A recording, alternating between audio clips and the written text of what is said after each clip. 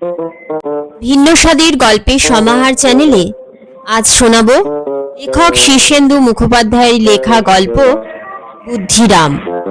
গল্প পাঠ ভালো লাগলে গল্পের শেষে একটা লাইক করে দেবেন, চ্যানেলটিকে সাবস্ক্রাইব করে আমার পাশে থাকবেন। চলুন শুরু করা যাক আজকের গল্প পাঠ।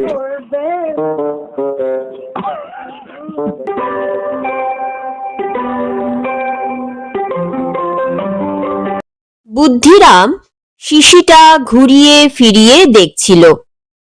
লেবেলে ছাপা অক্ষর সবই খুব তেজালো। ইহা নিয়মিত সেবন করিলে কৃমিনাশ, অম্ল, পিত্ত ও অজীর্ণতা রোগের নিবারণ অবশ্যম্ভাবী। অতিশয় বলকারক টনিক বিশেষ। স্নায়বিক দুর্বলতা, ধাতু দৌর্বল্য ও অনিদ্রা রোগেরও পরম ঔষধ। বড় বড় ডাক্তার ও কবিরাজেরা ইহার উচ্চ প্রশংসা করিয়াছেন। ছাপা অক্ষরের প্রতি বুদ্ধিরামের খুবই দুর্বলতা। ছাপা অক্ষরে যা বেরোয় তার সবটাই তার বিশ্বাস করতে ইচ্ছে করে। আদুরি অবশ্য অন্য ধাতের।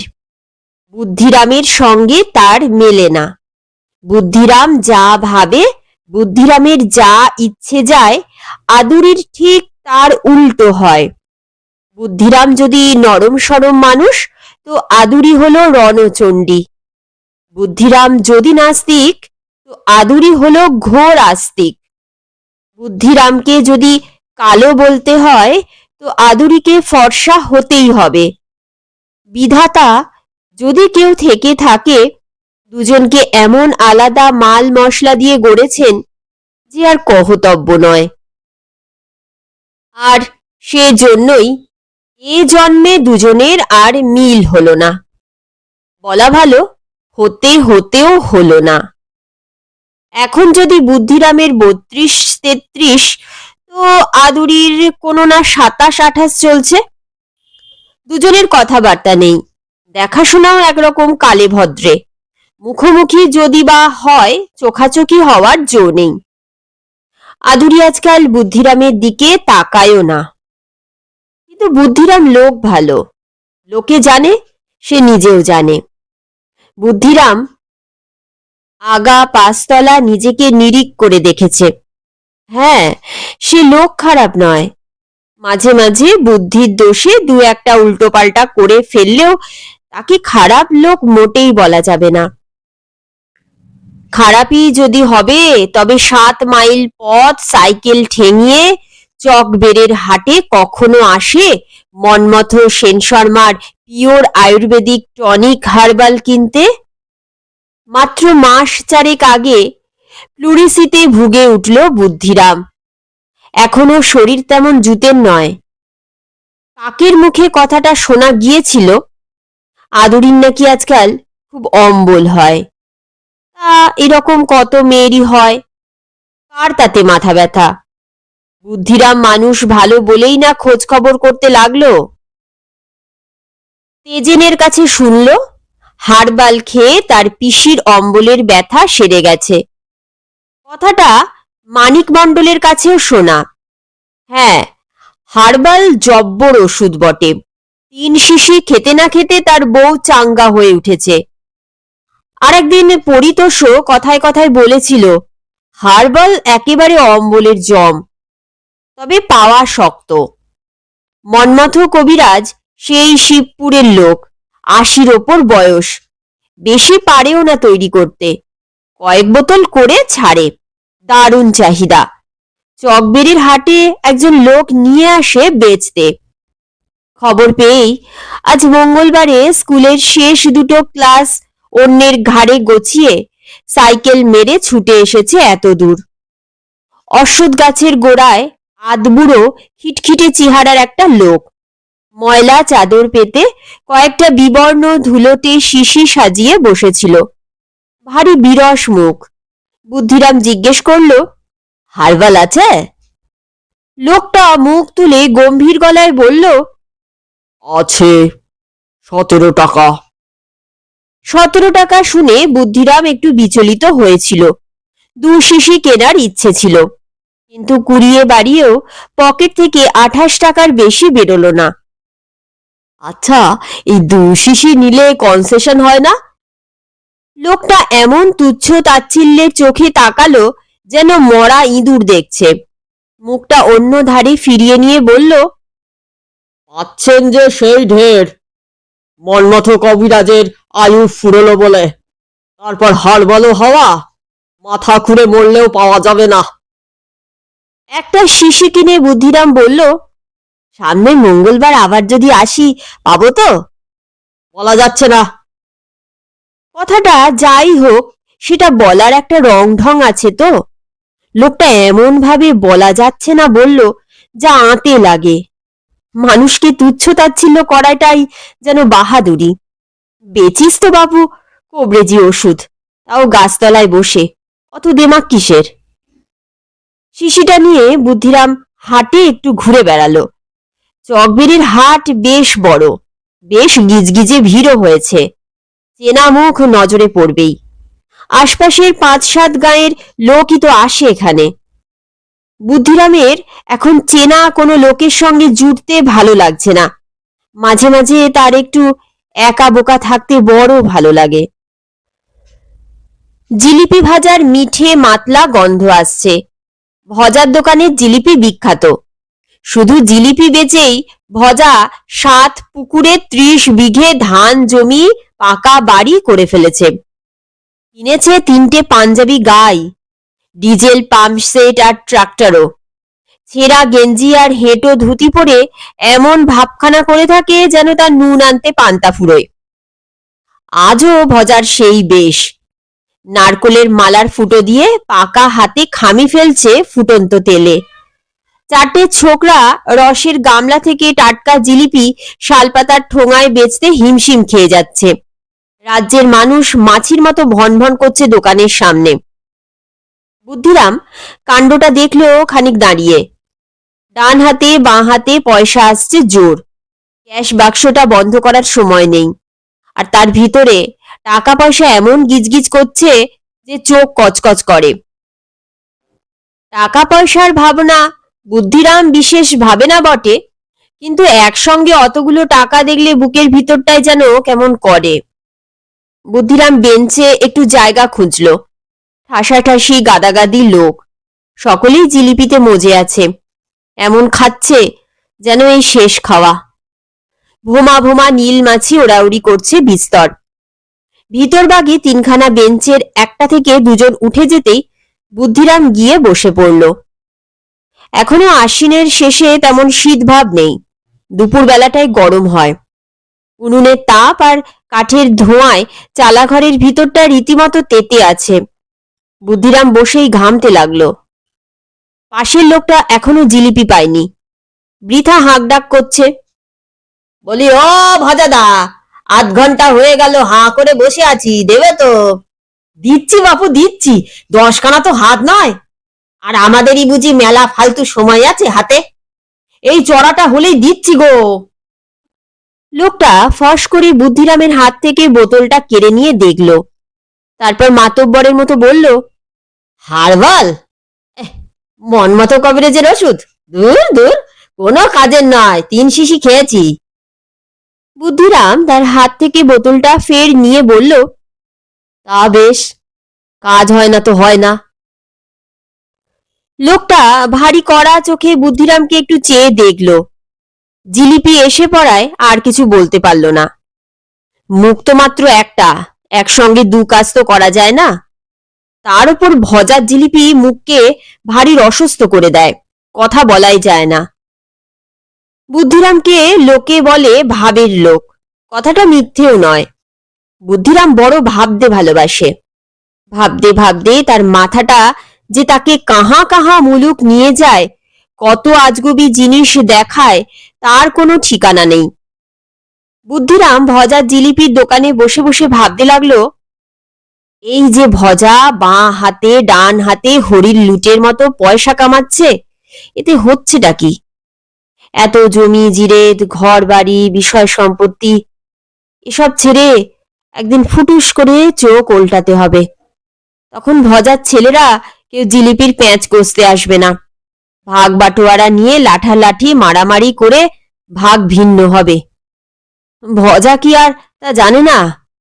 তবু খেয়ে না খেয়ে মেলায় মেলায় রোজ জল মাথায় করে গিয়ে চালা বেঁধে কেবল জিলিপি খেলিয়ে যাচ্ছে। টাকার নেশায় পেয়েছে লোকটাকে। বসে থাকতে থাকতে বুদ্ধিরামের পালা এসে গেল অবশেষে। ঠোঙায় 8খানা রসে মাখামাখি গরম জিলিপি। আহা, এইরকম এক ঠোঙা যদি আদুরির হাতেও গরমা গরম পৌঁছে দেওয়া যেত। প্রথম জিলিপিটা দাঁতে কাটতে গিয়েই টপ টপ করে অসাবধানে 2 ফোঁটা রস পড়ে গেল টেরিকটনের পাঞ্জাবিতে। বড় স্বাদের পাঞ্জাবি, ঘি রঙের, গলায় আর পুটে চিকনের কাজ করা। বুদ্ধিরাম রুমালে মুছে নিল রসটা। মনটা খুঁতখুত করতে লাগলো। একেবারে নতুন পাঞ্জাবি, কাঁচি ধুতির ওপর এটা পরে আদুরির বাড়ির সামনে খুব কয়েকটা চক্কর দিয়েছিল সাইকেলে। আদুরি অবশ্য বেরোয়নি, কিন্তু বুদ্ধিরামের ধারণা যে আদুরি তাকে আড়াল থেকে ঠিকই দেখে। জিলিপির দাম দিয়ে বুদ্ধিরাম উঠে পড়ল। সামনেই পানের দোকান। সে পান সিগারেট খায় না। দোকানের সামনে দাঁড়িয়ে তেরা বেঁকা আয়নায় নিজেকে একটু দেখে নিল। না, বুদ্ধিরাম দেখতে খারাপ নয়, রংটা যা একটু ময়লা, কিন্তু মুখ চোখ বেশ কাটা কাটা। নিজেকে দেখে সে একটু খুশি হলো। রুমাল দিয়ে মুখের ঘামটা মুছে নিল। একটা দোকানে 50 পয়সার করারে সাইকেল জমা রেখেছিল। সাইকেল নিয়ে বেরিয়ে পড়ল। চারদিকে উধাও মাঠ ঘাট, ধান ক্ষেত। আকাশটা কি বিশাল! বাঁশবনের পেছনে সূর্য একটু ঢলে গেছে। ফুরফুরে হাওয়া। বুদ্ধিরাম ধান খেতে নেমে পড়ল। চওড়া আল, খানিক দূর গিয়ে রাস্তা। ধান ক্ষেতের ভিতরে নেমে বুদ্ধিরামের মনটা আবার কেমন যেন হয়ে গেল। আদুরি কি ওষুধটা খাবে? এমনিতেই মেয়েরা ওষুধ খেতে চায় না, তার উপরে বুদ্ধিরামের পাঠানো ওষুধ। আদুরি বোধহয় ছোঁবেও না। এত পরিশ্রম বৃথায় যাবে। তা যাক, বুদ্ধিরামের কাজ বুদ্ধিরাম করেই যাবে। পুজোয় একটা শাড়ি পাঠিয়েছিল বুদ্ধিরাম। বুদ্ধিরামের বোন রসকলি গিয়ে দিয়ে এসেছিল। হাত বাড়িয়ে নেয়ও নি। বিরস মুখে নাকি জিজ্ঞেস করেছিল, কে পাঠিয়েছে? রসকলি বোকা গোছের মেয়ে, ভয়ে ভয়ে শেখানো কথা বলেছিল, মা পাঠালো। তোর মা আমাকে শাড়ি পাঠাবে কেন? তা জানি না, এটা পরে অষ্টমী পূজায় অঞ্জলি দিও। শাড়িটা ভালোই, কালু তাঁতির ঘর থেকে কেনা, লাল জমির ওপর ঢাকাই বুটি। শাড়িটার দিকে তাকাইও নি আদুরি, শুধু দয়া করে বলেছিল, ওখানে কোথাও রেখে যা। সেই শাড়ি আজ অবধি পরেনি আদুরি। নজর রেখে দেখেছে বুদ্ধিরাম, খোঁজ খবরও নিয়েছে, শাড়িটা পরেনি। তবে নিয়েছে, ফিরিয়ে দেয়নি। এটাই যা লাভ হয়েছিল বুদ্ধিরামের। তারপর একদিন হঠাৎ নজরে পড়ল সেই শাড়িটা পরে রসকলি ঘুরে বেড়াচ্ছে। শাড়িটা কোথায় পেলি? ভয়ে ভয়ে রসকলি বলল, আদুরি দিদি দিল। দিল বলে নিলি? তা কি করব? বুদ্ধিরাম আর কিছু বলেনি। রাগটা গিলে ফেলেছিল। মনটা বড্ড উচাটন ছিল কয়েকদিন অপমানে। দোষঘাট কি মানুষের হয় না? তখন বুদ্ধিরাম তো আর এই বুদ্ধিরাম ছিল না।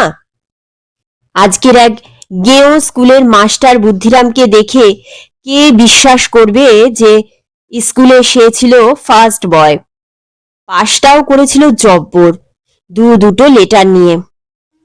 বিয়ের কথাটা তখনই ওঠে, বুদ্ধিরাম যখন ডাক্তার ইঞ্জিনিয়ার কেউকেটা হওয়ার স্বপ্ন দেখছে। বুড়ি ঠাকুমা তখন এতটা বুড়ো হয়নি। একদিন আদুরিকে একেবারে কোণে সাজে সাজিয়ে নিয়ে এসে বলল, দেখ তো ভাই, পছন্দ হয় হলে দেখে রাখি, পাশ টাস করে থিতু হলে মালা বদল করিয়ে দেব। আদুরি অপছন্দের মেয়ে নয়, ফর্সা তো বটেই, মুখ চোখ রীতিমতো ভালো, কিন্তু গাঁয়ের মেয়ে, নিত্যি দেখাশোনা হয়, যাকে বলে ঘর কা মুরগি। তাই বুদ্ধিরাম ঠোঁট বেঁকিয়ে বলেছিল, ফুহ, এর চেয়ে গলায় দড়ি দেওয়া ভালো। কেন রে, মেয়েটা কি খারাপ? দেখ তো কেমন মুখ চোখ, কেমন ফর্সা। 7 জন্ম বিয়ে না করে থাকলেও ও মেয়ে আমার চলবে না ঠাকুমা। যাও তো যাও, সং বন্ধ করো। একেবারে মুখের ওপর থাবড়া মারা যাকে বলে। আদুরির খুব অপমান হয়েছিল। তার তখন বছর 12 বয়স। এক ছুটে পালিয়ে গেল, আর কোনো দিন এলো না। খুব নাকি গড়াগড়ি করে কেঁদেছিল মেয়েটা। দিন তিনেক ভালো করে খায় দেয়নি। বুদ্ধিরামের তখন এসব দিকে মাথা দেওয়ার সময় নেই। 14 মাইল দূরের মহকুমা শহরের কলেজে যেতে হয়। নতুন বন্ধু বান্ধব, নতুন রকমের জীবন। সেখানে কি একটা গেঁয়ো মেয়েকে নিয়ে ভাববার মতো মেজাজটাই তার নেই। আরো একটা ঘটনা ঘটেছিল। বুদ্ধিরামের সঙ্গে মেলা মেয়েও পড়তো। তাদের একজন ছিল হেনা। দেখতে শুনতে ভালো তো বটেই, তার কথাবার্তা চাউনি টাউনিও ছিল ভারী ভালো। কথাবার্তা বলতো টকাস টকাস। বুদ্ধিরাম ছাত্র ভালো, সুতরাং হেনা তার দিকে একটু ঢলল। বছর দেড়েক হেনার সঙ্গে বেশ মাখামাখি হয়েছিল বুদ্ধিরামের। তবে সেটাকে ভাব ভালোবাসা বলা যাবে কিনা তা নিয়ে বুদ্ধিরামের আজও সংশয় আছে। তবে হেনা আর যাই করুক না করুক, বুদ্ধিরামের লেখাপড়ার 12টা বাজালো। কলেজের প্রথম ধাপটা ডিঙোতেই দম বেরিয়ে গেল বুদ্ধিরামের। ডিঙোলো খোড়া ঘোড়ার মতো। কিন্তু হেনা দিব্যি ভালো পাশ টাশ করে কলকাতায় ডাক্তারি পড়তে চলে গেল। বুদ্ধিরামের পতনের সেই শুরু। বিএসসি পাশ করলো অনার্স ছাড়া। বাবা ডেকে বলল, পড়াশুনোর তো দেখছি তেমন উন্নতি হলো না। গেঁয়ো ছেলের আর এর বেশি কি বা হওয়ার কথা। বুদ্ধিরাম সেই গাঁয়ের ছেলে গাঁয়ে ফিরে এলো। ডাক্তার ইঞ্জিনিয়ার হওয়া আর হলো না। পাশের গাঁ বিষ্ণুপুরের মস্ত স্কুলে তখন সায়েন্সের মাস্টার খোঁজা হচ্ছে। বুদ্ধিরামকে তারা লুফে নিল। বুদ্ধিরামের মনের অবস্থা তখন সাংঘাতিক। রাগে দুঃখে দিন রাত সে ভিতরে ভিতরে জলে আর পড়ে। লেখাপড়ায় একটা মার কাটারি কিছু করে বিজয় গর্বে গাঁয়ে ফিরে আসবে, এই না সে জানত। আর সে জায়গায় ঢিকিয়ে ঢিকিয়ে মোটে বিএসসি। বুদ্ধিরাম কিছুদিন আপন মনে বিড়বিড় করে ঘুরে বেড়াতো পাগলের মতো। দাড়ি রাখত, পোশাক আশাকে ঠিক ছিল না। আত্মহত্যা করতে রেল রাস্তায় গিয়েছিল 3 বার। ঠিক শেষ সময়টায় কেমন যেন সাহসে কুলোয়নি। তারপরই একদিন একটা ঘটনা ঘটল। এমনি দেখতে গেলে কিছুই নয়, কিন্তু তার মধ্যেই বুদ্ধিরামের জীবনটা একটা মোড় ঘুরল। আমবাগানের ভিতর দিয়ে বিশু আর বুদ্ধি জিতেন পাড়ুইয়ের বাড়ি যাচ্ছিল মিটিং করতে। জিতেন সেবার ইউনিয়ন বোর্ডের ইলেকশনে নেমেছে। জিতেনকে জেতানোর খুব তোড়জোড় চলছে। বুদ্ধিরাম তখন যা হোক একটা কিছু নিয়ে মেতে থাকার জন্য ব্যস্ত। জীবনের হাহাকার আর ব্যর্থতা ভুলতে মাথাটাকে কোনো একটা ভূতের জিম্মায় না দিলেই নয়। নইলে জিতেনের ইলেকশন নিয়ে কেনই বা বুদ্ধিরামের মাথা ব্যথা হবে। আমবাগানের শরৎকালের একটা সোনালি রূপলি রোদের চিকরি কাটা আলো ছায়া। সকাল বেলাটায় ভারী পরিষ্কার বাতাস ছিল সেদিন। ঘাসের শিশির সবটা তখনও শুকোয়নি। উল্টো দিক থেকে একটা ছিপছিপে মেয়ে হেঁটে আসছিল, একা, নতমুখী। তার চুল কিছু আগোছালো এলো খোপায় বাঁধা। আঁচলটা ঘুরিয়ে শরীর ঢেকেছে। দেখে কেমন যেন মনটা ভিজে গেল বুদ্ধিরামের। কে রে মেয়েটা? দূর শালা, চিনিস না, ও তো আদুরি। আদুরি? বুদ্ধিরাম এত অবাক হলো যে কয়েক সেকেন্ড দাঁড়িয়ে থাকলো হাঁ হয়ে। এক গাঁয়ে বাস হলেও আদুরির সঙ্গে তার দীর্ঘকাল দেখা হয়নি। কারো দিকে তাকায়ও না বুদ্ধিরাম। সেই আদুরি কি এই আদুরি? আদুরি মাথা নিচু করে রেখেই তাদের পেরিয়ে চলে গেল, ভ্রুক্ষেপও করল না। আর সেই ঘটনাটা সারাদিন বুদ্ধিরামের মগজে নতুন একটা ভূত হয়ে ঢুকে গেল। বাড়ি ফিরে সে ঠাকুমাকে ধরল। শোনো ঠাকুমা, একটা কথা আছে। ই কথা? সেই যে আদুরি, মনে আছে? আদুরিকে মনে থাকবে না কেন? ওকেই বিয়ে করব, বলে দাও। ঠাকুমা তার মাথায় পিঠে হাত টাত বুলিয়ে বলল, বড্ড দেরি করে ফেললি ভাই। আদুরির তো শুনছি বিয়ে ঠিক হয়ে গেছে, হরিপুরের চন্দ্রনাথ মল্লিকের ছেলে পরেশের সঙ্গে। বুদ্ধিরাম এমন তাজ্জব কথা যেন জীবনে শোনেনি। আদুরির বিয়ে ঠিক হয়ে গেছে, তাহলে তো খুব মুশকিল হবে বুদ্ধিরামের। সেই দিনই সে গোপনে তার দু একজন বিশ্বস্ত বন্ধুর সঙ্গে পরামর্শে বসে গেল। কেষ্ট বলল, বিয়েটা না ভাঙতে পারলে তোর আশা নেই। ভাঙতে হলে সবচেয়ে ভালো উপায় হলো চন্দ্রনাথ মল্লিককে একখানা বেনামা চিঠি লেখা। তো তাই হলো। কেষ্ট নানা ছাঁদে লিখতে পারে, তার সাইনবোর্ডের দোকান আছে। চিঠিটা সেই লিখে দিল। দিন সাতেক বাদে শোনা গেল বিয়ে ভেঙে গেছে। বুদ্ধিরাম ভেবেছিল এবার জলের মতো কাজটা হয়ে যাবে। সে গিয়ে ফের ঠাকুমাকে ধরল। শুনছি আদুরির বিয়েটা ভেঙে গেছে, তা আমি রাজি আছি বিয়ে করতে। ঠাকুমা গেল প্রস্তাব নিয়ে। বুদ্ধিরাম নিশ্চিন্তে ছিল। এরকম প্রস্তাব তো মেয়ের বাড়ির পক্ষে স্বপ্নের অগোচর। কিন্তু সন্ধেবেলা ফিরে এসে ঠাকুমা বিরস মুখে বলল, মেয়েটার মাথায় ভূত আছে। কেন গো ঠাকুমা? মুখের ওপর বলল, ও ছেলেকে বিয়ে করার চেয়ে গলায় দড়ি দেওয়া ভালো। বুদ্ধিরাম এ কথায় এমন হতবুদ্ধি হয়ে পড়ল যে বলার নয়। বলল, কি কি বলল? এত বুকের পাটা? সেই রাতে বুদ্ধিরাম ঘুমোতে পারল না। কেবল ঘর বার করল, 10 বার জল খেলো, ঘন ঘন পেচ্ছাপ করল, মাথার চুল মুঠো করে ধরে বসে রইল। রাগে ক্ষোভে অপমানে তার মাথাটাই গেল ঘুলিয়ে। ভোরের দিকে সে একটু ঝিমোতে ঝিমোতে ভাবল, বহুত আচ্ছা, এইরকম তেজি মেয়েই তো চাই।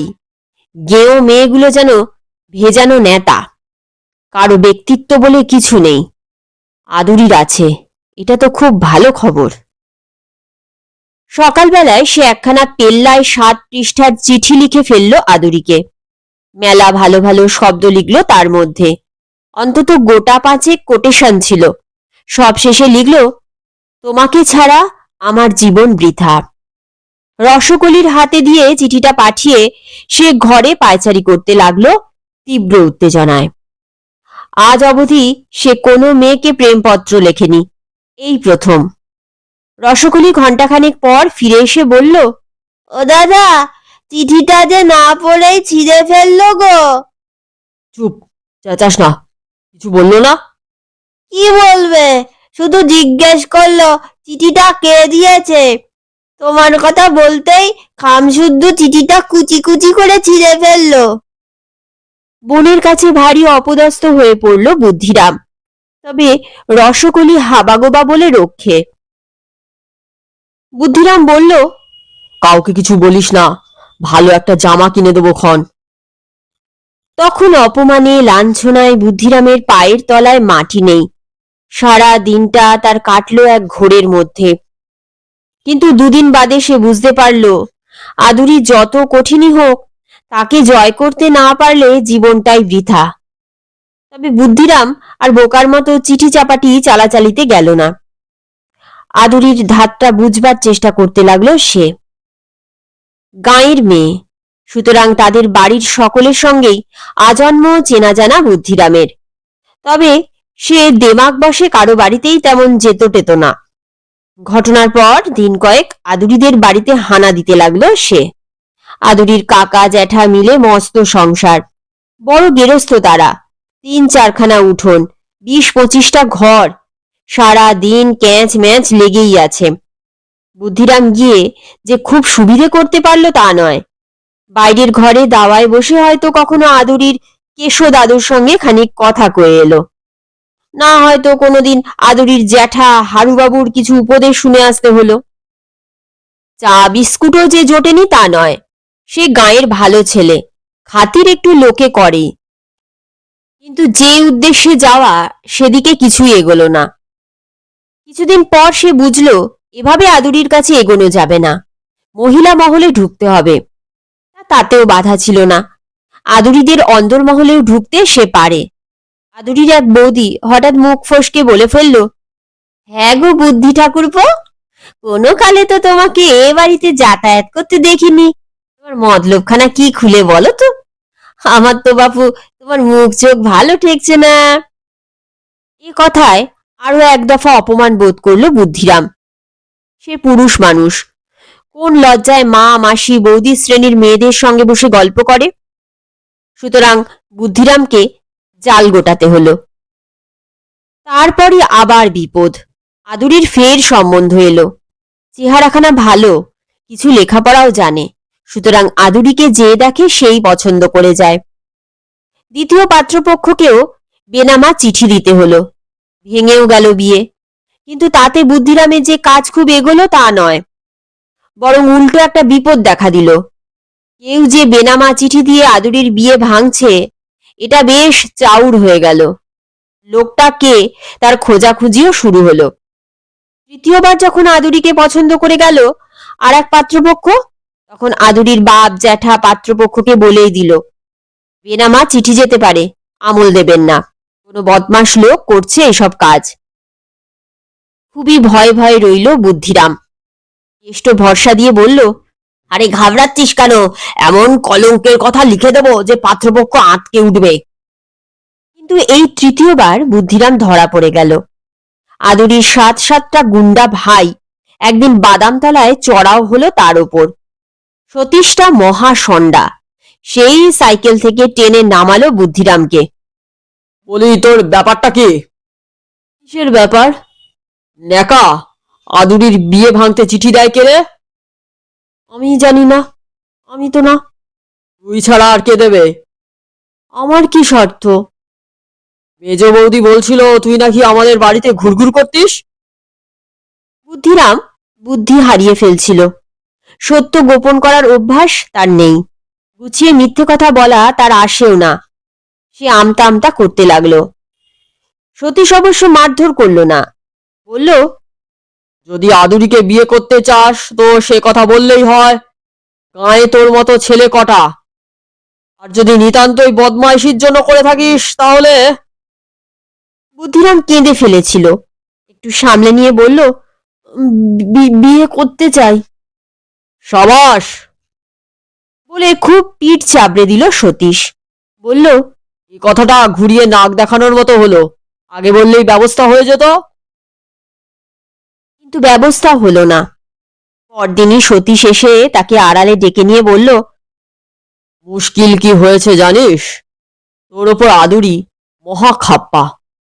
কি করেছিলি বলতো? সব শুনে টুনে সতীশ বলল, আচ্ছা, চুপচাপ থাক, দেখি কি করা যায়। বলা পর্যন্তই। সতীশ কিছু করতে পারেনি, চিড়ে ভেজেনি। কিন্তু এরপর থেকে আদুরির আর সম্বন্ধ আসতো না, এলেও আদুরি বেঁকে বসত। এসবই 7-8 বছর আগেকার কথা। 7-8 বছরে বুদ্ধিরাম আড়াল থেকে আদুরির উদ্দেশ্যে তার সব অস্ত্র শস্ত্র প্রয়োগ করেছে। প্রতিবার পুজোয় শাড়ি পাঠায়, টুকটাক উপহার পাঠায়, কোনোটাই আদুরি নেয় না। নিলেও ফেলে ঠেলে দেয় বা অন্য কাউকে দান করে। কিন্তু বয়স তো বসে নেই। আদুরির বিয়ের বয়স পার হতে চলল, বুদ্ধিরামও 30 পেরিয়েছে। কোনো দিকেই কিছু এগোলো না। আদুরির কপাট বজ্র আঁটুনিতে বন্ধই রইল। ধান খেতের ভিতর দিয়ে সাইকেল ঠেলে নিয়ে যেতে যেতে এসব কথাই ভাবছিল বুদ্ধিরাম। বড় রাস্তায় উঠে সে সাইকেলে চাপল। পাঞ্জাবির পকেটে ভারী শিশিটা ঝুল খাচ্ছে। কষ্ট করাই সার হলো, কোনো মানে হয় না এর। গাঁয়ে ঢুকবার মুখে বাস রাস্তায় কয়েকটি দোকান। আঁধার হয়ে এসেছে, টেমি জ্বলছে দোকানে দোকানে। মহিনের চায়ের দোকানে 2-4 জন বসে আছে। ষষ্ঠী হাঁক মারল, রে বুদ্ধি নাকি? বুদ্ধি নেমে পড়ল, সাইকেলটা স্ট্যান্ডে দাঁড় করিয়ে বসে গেল। একটু ঠান্ডা ঠান্ডা হাওয়া দিচ্ছে এখন, এক ভাঁড় চা হলে হয়। ষষ্ঠী একটু বেশি কথা কয়, নানা কথা বকবক করে যাচ্ছিল। সে একটু তেলানো মানুষ, যাকে দেখে তাকেই একটু একটু তেল দেওয়া তার স্বভাব। পুরনো কথার সূত্র ধরে বলল, তোর কত বড় হওয়ার কথা ছিল বলতো? গাঁয়ে আজ অবধি তোর মতো বেশি নম্বর পেয়ে কেউ পাশ করেছে? এই বসন্ত স্যার তো বলতোই, বুদ্ধিরামের মতো ছেলে হয় না, যদি লেগে থাকে তো জজ ম্যাজিস্ট্রেট কিছু একটা হয়ে ছাড়বে। এসবই পুরনো ব্যর্থতার কথা, বুদ্ধিরাম যা খুঁচিয়ে তুলতে চায় না। ধীরে ধীরে তার আঁচ নিভে গেছে। সে গাঁয়ের মাস্টার হয়ে ধীরে ধীরে নিজেকে মাপে ছোট করে ফেলেছে, সয়েও গেছে সব। কিন্তু কেউ খুঁচিয়ে তুললে আজও বুকটা বড় উথাল পাথাল করে। ষষ্ঠী, চুপ কর, ওসব কথা বলে আর কি হবে? আমরা যে তোর কথা সব সময় বলা বলি করি, চোখের সামনে দেখছি কি না? কি জিনিস ছিলি, হ্যাঁ? তোর ভিতর যে কি ছিল! বুদ্ধিরাম ভাঁড়টা ফেলে দিয়ে উঠল, বলল, যাই, ছাত্ররা সব এসে বসে থাকবে। যা। বুদ্ধিরাম সাইকেলে চেপে বড় রাস্তা থেকে গাঁয়ের পথে ঢুকে পড়ল। অন্ধকার রাস্তায় হাজার হাজার জোনাকি জ্বলছে, তাদের মিটমিট আলোয় কিছুই প্রতিভাত হয় না, অথচ জলে, লাখো লাখো জলে। তাহলে কি লাভ জ্বলে? মোট 10 জন ছাত্র তার বাড়িতে এসে পড়ে। মাথা পিছু 20 টাকা করে মাস গেলে 200 টাকা তার আসার কথা, কিন্তু নগদ টাকা বের করতে গাঁয়ের লোকের গায়ে জ্বর আসে, বাকি বকেয়া পড়ে যায় অনেক। তবু বুদ্ধিরাম সবাইকেই পড়ায়, বেশিরভাগই গবেট, 2-1 জন একটু আধটু বোঝে সোঝে। পড়াতে বসবার আগে পাতুকে ডেকে শিশিটা ধরিয়ে দিয়ে বলল, ও বাড়িতে গিয়ে দিয়ে আয়, তার হাতে দিস। রসকলির বিয়ে হয়ে গেছে, একটু বয়সকালই হলো। এখন রসকলির জায়গা নিয়েছে বুদ্ধিরামের ভাইঝি পাতু। আদুরি আর বুদ্ধিরামের ব্যাপারটা দুবাড়ির কারো আর অজানা নেই, সুতরাং না হোক লজ্জা পাওয়ারও কোনো মানে হয় না। হাত মুখ ধুয়ে পড়াতে বসে গেল বুদ্ধিরাম। কিছুক্ষণ আর অন্যদিকে মনটা ছোটাছুটি করল না। ছাত্রদের মুখের দিকে চেয়ে অনেক কিছু ভুলে থাকা যায়, এই ভুলে থাকাটাই এখন বুদ্ধিরামের কাছে সবচেয়ে বড় কথা। যত ভুলে থাকা যায় ততই ভালো। জীবনটা আর কতই বা লম্বা, একদিন আয়ু ফুরবেই, তখন শান্তি, তখন ভারী শান্তি। পড়িয়ে যখন উঠল বুদ্ধিরাম, তখন বেশ রাত হয়েছে। ছাত্ররা যে যার লণ্ঠন হাতে উঠোন পেরিয়ে চলে যাচ্ছে। বুদ্ধিরাম দাওয়ায় দাঁড়িয়ে দেখল, এরপর তার একা লাগবে, খুব একা। পাতু ফিরে এসেছে, বারান্দায় ঘুরে ঘুরে কোলের ভাইকে ঘুম পাড়াচ্ছিল। হাতে দিয়েছিস তো? হ্যাঁ গো। কিছু বলল? না, শিশিটার গায়ে কি লেখা আছে পড়ল, তারপর তাকে রেখে দিল। ভাতের গন্ধ আসছে, জ্যাঠামশাইয়ের কাশির শব্দ, কি যেন কুয়ো থেকে জল তুলছে ছপাত ছপাত করে। দুটো কুকুরে ঝগড়া লেগেছে খুব। দাওয়ায় দাঁড়িয়ে বুদ্ধিরাম বাইরের কুয়াশা মাখা জ্যোৎস্নার দিকে আনমনে চেয়ে রইল। না, বেঁচে থাকাটার কোনো মানেই খুঁজে পায় না সে। একটা দীর্ঘশ্বাস ফেলে সে নিজের ঘরে ঢুকল। বাড়ির সবচেয়ে ছোট ঘরখানা তার। ঘরে একখানা চৌকি, একটা টেবিল আর চেয়ার, আর একখানা বইয়ের আলমারি। বুদ্ধিরাম চেয়ারে বসে লণ্ঠনের আলোয় একখানা বইয়ের পাতা খানিক্ষণ উল্টালো। বইটা কি, কোন বিষয়ের তাও যেন বুঝতে পারছিল না। বইটা রেখে জানালা দিয়ে বাইরের দিকে চেয়ে রইল। গাছের ফাঁক দিয়ে জ্যোৎস্না দেখা যাচ্ছে, জ্যোৎস্নারও কোনো অর্থ হয় না। ঝড়, বৃষ্টি, শীত, গ্রীষ্ম, কোনোটারই কোনো অর্থ হয় না, অথচ বেঁচে থাকতে হবে। এ কি জ্বালা রে বাপ! বৌদি এসে খেতে ডাকলো বলে বেঁচে গেল বুদ্ধিরাম।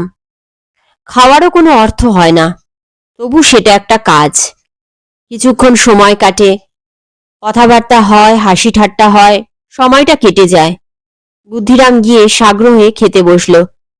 খেয়ে এসে বুদ্ধিরাম ফের কিছুক্ষণ বসে রইল চেয়ারে।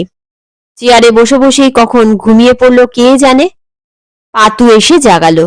ওঠো সেচকা, বিছানা করে মশারি ফেলে গুজে দিয়েছি, সৌগে। হাই তুলে উঠতে যাচ্ছিল বুদ্ধিরাম। পাতু ফের বলল, আজ ও বাড়ির সকলের মন খারাপ। নিবারণ দাদুর অবস্থা ভালো নয়। আদুরু পিসির চোখে লাল, খুব কাঁদছিল। নিবারণ মানে হলো আদুরির বাবা। বুদ্ধিরাম খবরটা শুনল মাত্র মনে আর কোনো বুঝকুড়ি কাটল না। কলঘর ঘুরে এসে শুয়ে পড়ল। বাপ যদি মরে তো আদুরির মাথা থেকে ছাদ উড়ে যাবে। ভাবতে ভাবতে ঘুমোলো বুদ্ধিরাম। আজকাল নির্বোধের মতোই সে ঘুমোতে পারে। মাথাটা আস্তে আস্তে বোকা হয়ে যাচ্ছে তো, বোধ বুদ্ধি কমে যাচ্ছে। আজকাল তাই গাঢ় ঘুম হয়। মাঝরাতে আচমকা চেঁচামেচিতে ঘুমটা ভাঙল। ভাঙতেই সোজা হয়ে বসল বুদ্ধিরাম। চেঁচামেচিটা অনেক দূর থেকে আসছে। আদুরির বাপের কি তবে হয়ে গেল? উঠবে কি উঠবে না তা ভাবছিল বুদ্ধিরাম। ও বাড়ির সঙ্গে তার সম্পর্ক কি বার, না গেলেও হয়। রাতে একটু শীত পড়েছে। পায়ের কাছে ভাঁজ করা কাঁথা, সেটা গায়ে টেনে নিতেই ভারী একটা ওম আর আরাম হলো। বুদ্ধিরাম চোখ বুঝল। ঘুমিয়েই পড়ছিল প্রায়, এমন সময় দরজায় ধাক্কা দিয়ে মেজদা বলল, বুদ্ধি, ওঠ, নিবারণ জ্যাঠার হয়ে গেল, একবার যেতে হয়, ও বাড়ি থেকে ডাকতে এসেছে। বুদ্ধিরাম উঠল। যারা বেশি রাতে মরে তাদের আক্কেল বিবেচনার বড় অভাব। বলল, যাচ্ছি। গামছাখানা কাঁধে ফেলে বেরিয়ে পড়ল বুদ্ধিরাম। গাঁ শুদ্ধ জেগে গেছে। আজকাল গাঁয়ে লোকও বেড়েছে খুব। রাস্তায় নামলেই বেশ লোকজন দেখা যায়। এই মাঝরাতেও ঘুম ভেঙে অন্তত ৩৪-৪০ লোক নেমে পড়েছে রাস্তায় আদুরিদের বাড়ি যাবে বলে। একটা হাই তুলল বুদ্ধিরাম। শরীরটা এখনো ঘুম জলে অর্ধেক ডুবে আছে। শরীরের যেটুকু জেগে আছে সেটাকেও চালানো যাচ্ছে না। বাইরের উঠোনেই নিবারণ জ্যাঠাকে তুলসীতলায় শোয়ানো হয়েছে। চেঁচিয়ে ওর গলাকে ছাপিয়ে কান্নার কম্পিটিশন চলছে। কোনো মানে হয় না। জন্মালেই তো মানুষের মধ্যে মৃত্যুর বীজ পোঁতা হয়ে গেল। এভাবেই যেতে হবে, সবাই যায়। গোটা 10 লণ্ঠন আর দুটো হ্যাজাক বাতির আলোতেও এই ভিড়ের মধ্যে আদুরিকে দেখতে পেল না বুদ্ধি। আদুরি খুব চাপা স্বভাবের মেয়ে, চেঁচিয়ে কাঁদবে না জানে বুদ্ধিরাম। আর সে আশায় হয়তো ঘরে গিয়ে সেঁধিয়েছে। মুখ দেখতেও বুঝি ঘেন্না হয় আজকাল। মাস 4 আগে প্লুরিসি থেকে উঠেছে বুদ্ধিরাম। বুক থেকে সিরিঞ্জ দিয়ে জল টেনে বের করতে হয়েছিল গামলা গামলা। তার ঠান্ডা লাগানো বারণ, কিন্তু সে কথা বুদ্ধিরাম ছাড়া আর কেই বা মনে রেখেছে। শ্মশানে গেলে স্নান করে আসতে হবে। শেষ রাতের শীতের হিম বাতাস লাগবে শরীরে। ডাক্তার ঠান্ডা লাগাতে বারণ করেছিল। বুদ্ধিরাম একটু হাসল। সে রেল রাস্তায় গলা দিতে গিয়েছিল। মরণকে তার ভয়টয় নেই। একভাবে না একভাবে তো যেতেই হবে। কান্নাকাটির মধ্যেই কিছু লোক বাঁশটাস কাটতে লেগেছে। দড়িদড়া এসে গেছে। বুদ্ধিরাম একটু দূরে দাঁড়িয়ে দেখছে। কিছুই দেখার নেই অবশ্য। মোড়লদের মধ্যে শলা পরামর্শ হচ্ছে। সেই দলে বুদ্ধির বাপ জ্যাঠাও আছে। অন্যধারে গাঁয়ের অল্প বয়সী ছেলেরা কোমরে গামছা বেঁধে তৈরি। আচমকাই একেবারে অপ্রত্যাশিত আদুরিকে দেখতে পেল বুদ্ধিরাম। উত্তরে ঘরের দাওয়ায় 3-4 জন মহিলা দাঁড়িয়েছিল। সেই দলে বুদ্ধির জ্যাঠাইমাও। আদুরি হঠাৎ ঘর থেকে বেরিয়ে এসে সোজা বুদ্ধির দিকে তাকালো। গত 10 বছরে বোধহয় প্রথম। বুদ্ধি একটু হতবুদ্ধি হয়ে গেল। না, ভুল দেখছে না। হ্যাজাকের আলোয় স্পষ্টই দেখা যাচ্ছে বাপের মরা উঠোনে শোয়ানো। তবু আদুরি সোজা তার দিকেই চেয়ে আছে, একেবারে নিষ্ফলক। আজ বুদ্ধিরামই চোখ সরিয়ে নিল। তারপর আড়ে আড়ে চাইতে লাগলো। মেয়েটার হলো কি? আদুরি তার জ্যাঠাইমার কানে কানে কি যেন বলল, তারপর একটু সরে দাঁড়ালো। আঁচলে মুখ চাপা দিয়ে নরম ভঙ্গিতে খুঁটিতে ঠেস দিয়ে দাঁড়ালো। তাতে যেন ভারী ফুটে উঠল আদুরি। কি যে দেখাচ্ছে! জ্যাঠাইমা হাতছানি দিয়ে তাকে ডাকছিল। বুদ্ধিরাম অগত্যা গিয়ে বলল, কি গো জ্যাঠাইমা, মরা ছুঁয়েছিস নাকি? না, তবে এবার তো ছুতে হবেই। কাজ নেই বাবা, বাড়ি যা, গায়ে গঙ্গা জল আর তুলসী পাতা ছিটিয়ে দিয়ে শুয়ে পড়, তোকে শ্মশানে যেতে হবে না। কেন? কেন আবার? কদিন আগে কি অসুখটা থেকেই না উঠলি? ঠান্ডা লাগলে আর বাঁচবি নাকি? আমার কিছু হবে না জ্যাঠাইমা, ভেবো না। কেন? তোরই বা যেতে হবে কেন? শ্মশানে যাওয়ার কি লোকের অভাব? কত লোক জুটে গেছে, আদুরি মনে করিয়ে দিল তাই। যা বাবা, ঘরে যা। আরেকবার শুনতে ইচ্ছে করছিল। বলল, কে কে কে মনে করিয়ে দিলেও বললে? আদুরি অদূরে দাঁড়িয়ে সব শুনতে পাচ্ছে, নড়ল না। জ্যাঠাইমাও আর তাকে আমল না দিয়ে অন্য মহিলাদের সঙ্গে কথা কইতে লাগলো। বুদ্ধিরাম ধীর পায়ে ছেলে ছোকরাদের দঙ্গলটার কাছে এসে দাঁড়ালো। বুদ্ধিদা, যাবে তো? যাব না মানে? তা গেল বুদ্ধিরাম। মরা কাঁধে নেচে নেচে গেল। বহুকাল পরে তার এক ধরনের আনন্দ হচ্ছিল আজ। না, প্রতিশোধ নেওয়ার আনন্দ নয়, প্রতিশোধের মধ্যে কোনো আনন্দ নেই। আজ তার আনন্দ হচ্ছিল একটা অন্য কারণে। ঠিক কেন তা সে বলতে পারবে না। মরা পুড়ল। বুদ্ধিরাম কোষে স্নান করল নদীর পাথুরে ঠান্ডা জলে। দুনিয়ার একজনও অন্তত তার অসুখটার কথা মনে রেখেছে। এখন আর মরতে বাধা কি? ভেজা গায়ে যখন উঠে এলো বুদ্ধিরাম, তখন শেষ রাতের হিম বাতাসে সে থরথর করে কাঁপছিল। সবাই কাঁপছে, কিন্তু তার কাঁপুনিটা আলাদা। লোকে বুঝতে পারল না। শুধু বুদ্ধিরামের নিজের ভিতরে যে নানা ভাঙচুর হচ্ছিল তা নিজেই টের পেল সে। হোঁতকা সতীশ কাছে দাঁড়িয়ে গামছা নিংড়চ্ছিল। হঠাৎ কি খেয়াল হতে বুদ্ধিরামের দিকে ফিরে বলল, হ্যাঁ রে বুদ্ধি, তুই যে বড় স্নান করলি। করব না তো কি? সতীশ মুখে একটা চুকচুক শব্দ করে বলল, তোর নাকি একটা অসুখ হয়েছিল কদিন আগে। কে বলল তোকে? সতীশ গামছাটা ফটাস ফটাস করে ঝেড়ে নিয়ে মাথা মুছতে মুছতে বলল, বেরোবার মুখে আদুরি এসে ধরেছিল আমায়। বলল যে রাঙাদা, বুদ্ধিরামের কিন্তু শরীর ভালো নয়, হিম জলে স্নান করলে মরবে, ওকে দেখো। বুদ্ধিরাম কোনো কথা বলল না। গলার কাছে একটা দলা আটকে আছে, চোখে জল আসছিল। সতীশ গা মুছতে মুছতে বলল, তোর আক্কেল নেই?